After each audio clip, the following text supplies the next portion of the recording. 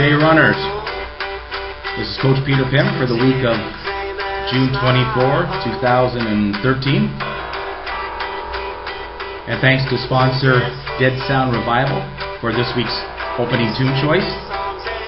If you enjoy alternative, then go to deadsoundrevival.com, where words fail and music speaks. So, what's been happening? Well, I have my life back with the end of the Stanley Cup Series finally, and now Bostonians know how Torontonians and San Antonians feel. Those series were just brutal roller coasters. Oh well, that's sport. And I see there's a new novel way, or at least a novel way to do 400s. You get a 2-inch cable, and then you string it across the Grand Canyon Gorge, and then you walk across it with no safety cables. Nick Walinda is the dude, man. Jeez. I've watched some of it on YouTube. Incredible. What else here? Well, a while back I did an interview for Canadian Running Magazine for an article about road race organization, and I did mention this a few weeks ago in my June 3rd audio. Anyway, the article has been done, and it's in the July-August issue, which is now on the newsstands. And get this. On one of the pages, not that I noticed, page 53, to be exact, I was surprised and I was really thrilled to see a photo of myself right beside one of my heroes, Frank Shorter. Frank Shorter. The man's a legend, having won the gold medal in the marathon at Munich Olympics in 1972 and the silver in the 1976 Montreal Olympics.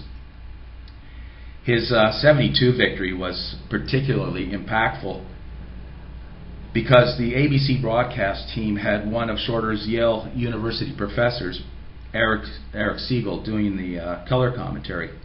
And Siegel himself was a sub 3-hour marathoner, but he became really famous in 1970 when he wrote the novel Love Story, which was made into a movie and had that catchphrase line, "Love means never having to say you're sorry." Aw, touching. And then you had the craziness of a guy dressed like a runner, an imposter, who entered the stadium, the Olympic stadium, just before Shorter did. And the guy proceeded to do a lap at the track. Just crazy. But unquestionably, Shorter's dramatic victory contributed to the birth of the running boom in the 70s. I got to say a little bit more about Shorter because I'm just thinking about, in 2008, I attended the National Distance Running Summit that was hosted by Grinnell College in a small town of Grinnell, about 80 kilometers east of Des Moines, Iowa. And it's just off the main highway and consists of the typical hotels and a humongous Walmart, a McDonald's, and a college. Can't remember much more. I do remember hitting a restaurant for dinner and going into oxygen debt, because this was 2 years after our fine city of Toronto had banned smoking from enclosed places. But not in Grinnell. I ate my dinner in a smoke cloud. You're not from around these parts, are you, boy? Anyway, back to Shorter.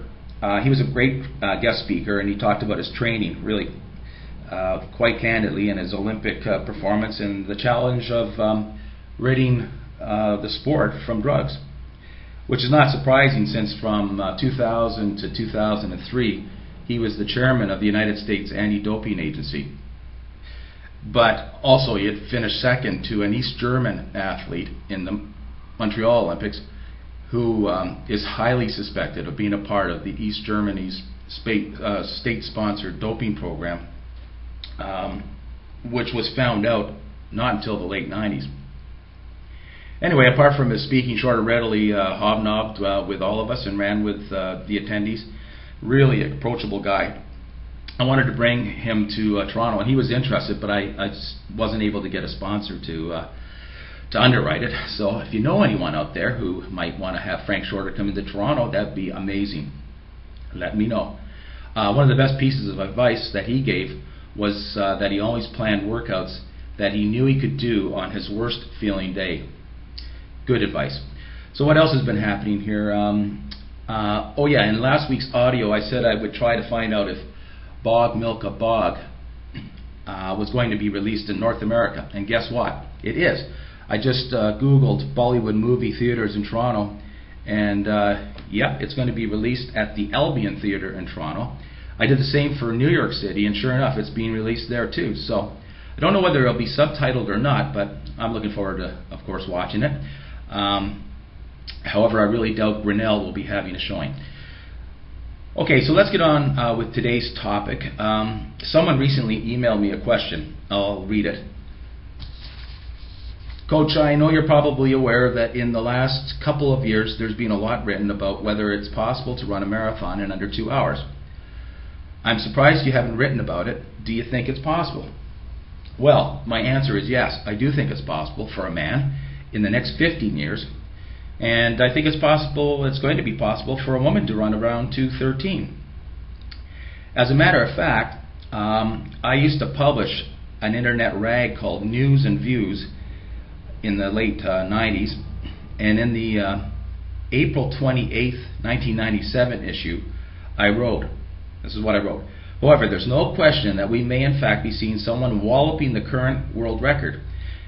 And as far back as the early 80s, I made the point that if we put together in one athlete the running economy of a Frank Shorter and the maximum oxygen intake of a Steve Prefontaine, which was 85 milliliters per minute per kilogram, then we would see a marathon of around 2:01. Well, it appears that there are such candidates in existence now. One is possibly Paul Turgat, who last year ran around 58 minutes half marathon, which is the kind of capability required to run the 2:01. To run 2:01 for the marathon. Mark my words. So that's what I wrote, and at the time, the world record was 2:06.50. Now the current world record of 2:03.38, that was set in 2011 in Berlin by Patrick Muzioki from Kenya. And the same year, on the wind-assisted and downhill route of the Boston Marathon, another Kenyan ran 2:03.02. And these times posted by these two Kenyans are by guys that I would argue are not the same talent level as guys like the Ethiopians like Bekele and Gebre Selassie. Don't forget that Gebre Selassie didn't turn his attention to the marathon until he was 29.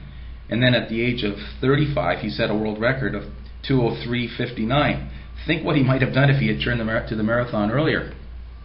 Let me tell you another way of looking at this business. In 2001, I was a speaker at the Carbo Loading Dinner for the London Marathon, the one in Ontario, London. And around that time, there had been published two quite different conversion factors to apply to one's 10-kilometer best time in order to predict a marathon time. Jeff Galloway had suggested multiplying your best 10K time by 4.6, and Owen Anderson had suggested multiplying it by 5.0. In actual fact, these two conversion factors do represent the typical range, but the 5 factor might more often apply to a runner doing relatively little weekly distances and qualitative workouts, whereas the 4.6 factor would apply to a world-class runner who's doing at least 200 kilometers per week and incorporating very high levels of qualitative work. A topic for another time. I might deal with this in writing. But here's the thing: if you look at the current male and female world record holders and their 10K PBs, they have demonstrated a factor of 4.5.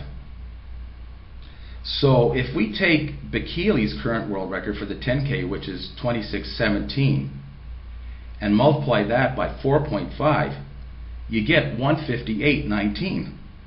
And if you take the women's current 10K world record, which is 29:31, you get 212.53. By the way, the women's current world record is 2:15.25, held by Paula Radcliffe, and that was set in 2003. Now, for fun, I took Usain Bolt's. I wanted to find out what would be really the fastest. So for fun, I took Usain Bolt's current world record time for 100 meters, 9.58, and then I extrapolated that pace to the marathon distance, and that produces a time of 67 minutes and 22 seconds. I feel pretty confident that man in his current genetic state won't run faster than that. So that's it for now, and we'll see you on the roads.